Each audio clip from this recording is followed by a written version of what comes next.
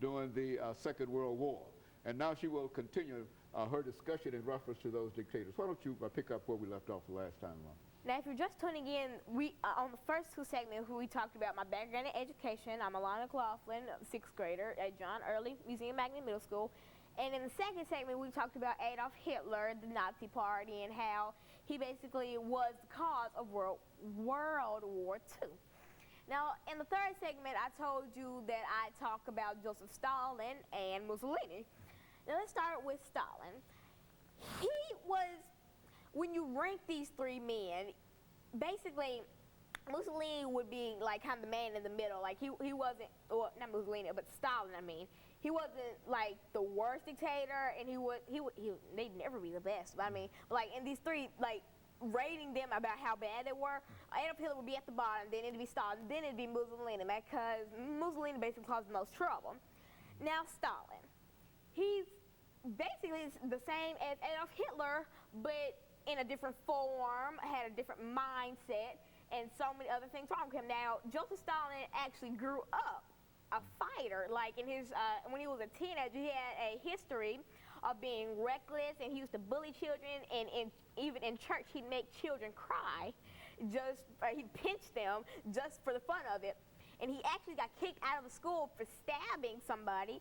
And then the next school he went to, he also stabbed somebody. And then he openly admitted to stabbing his girlfriend in the arm. And these other people, he stabbed them in the hand. I mean, think of how painful that must be.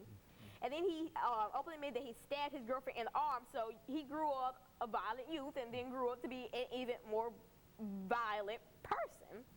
So those are some of the fun facts that I learned about Joseph Stalin over the weekend.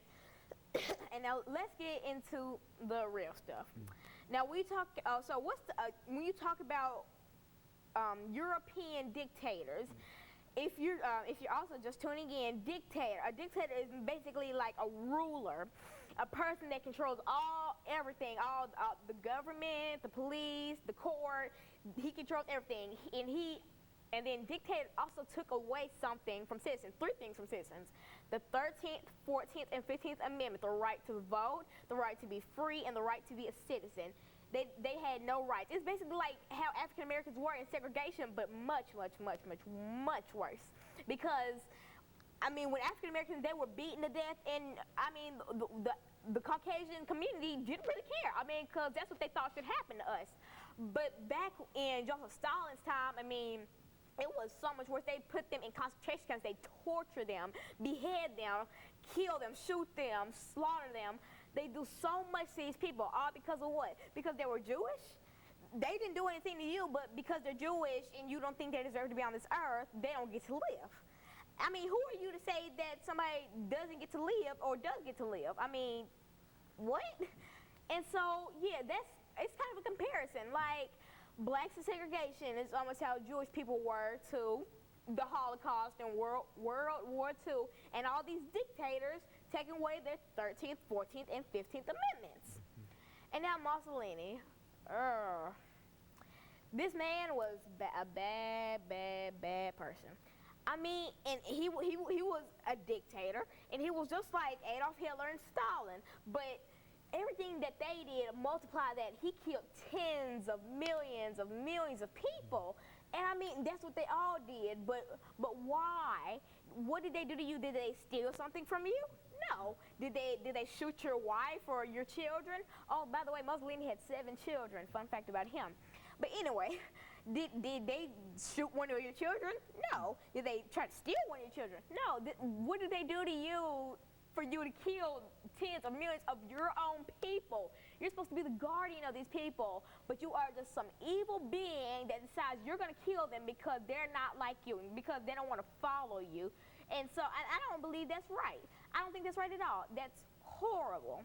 And it really hurts me to see all these people getting killed for no reason. I mean, why? And Lana, I think one thing that certainly deserves to be talked about and pointed out here is that while we talk about these 3 dictators, you certainly want the audience to know that wherever you look throughout all of the continents, that you're going to find similar kinds of individuals. And these are some individuals we just wanted to identify as European dictators during the Second World War. We could have, I think you understand, could have gone to Africa. You've talked about dictatorships in Africa, in South America, and et cetera, and et cetera. So we don't want to leave the impression True. that dictators And only it only exist happen in Austria or Europe. Everywhere. It's basically, it's bullying, basically. I mean, bullying is, if I kicked you right, if I just kicked you right now, that would be bullying because I'm putting my hands on somebody else. If they didn't ask you to put your hands on them, then don't put your hands on them. I mean, killing is a type of bullying, and it happens everywhere. Being made to work in farms, bullying, you beating them, whipping them like the slaves were treated, bullying, and it's a matter of how big it is or how small it is. Small, getting pushed down in the hallway, that's kind of medium. You killing tens of millions of your own people, that breaks the scale right there. That is the worst type of bullying. I mean, like dripping slow acid on somebody's skin was a method of torturing, which was banned by the U.S. But anyway, that's something that they used back in that kind of era. And so that's a type of bullying. You killing them and doing all this to them because what? Because they're Jewish or because they're black or because they're not like you. Well, Lana, look, in terms of all of this, these dictators that we've identified in Europe, and as well as the rest of the dictators all over the world, what are some of the things that you can tell people of your age this morning in terms of how they have to react and how they have to act to one another so that not only they might understand more about these individuals, but also be able to have a better attitude toward one another and toward parents and their relatives and et cetera?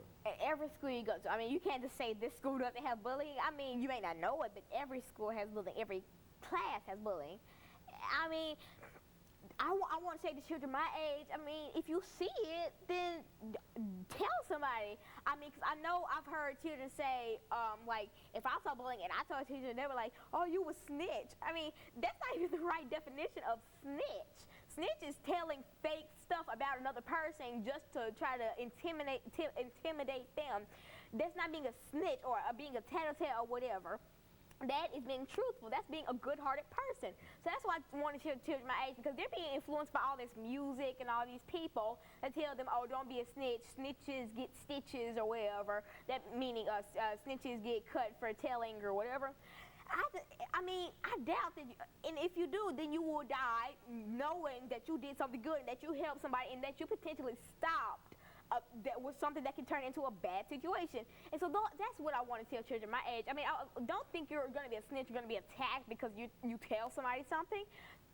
Tell a teacher if you see something. I mean, because that's the best thing you can do. And so in a real sense, you think that all the bullying that we talk about, the dictators, in other words, dictators, I think you've already indicated in reference to Joseph Stalin that dictators can start from what? Bullies. I know, because Joseph Stalin, he started out as a bad kid, a bully, a person who liked to stab people, and he grew up to be a complete monster, a person who killed tens of millions of people for no reason, just for enjoying, just to see them die, he enjoyed that. And if you see any picture of Stalin, you can see him smiling while all this destruction is going right in his country.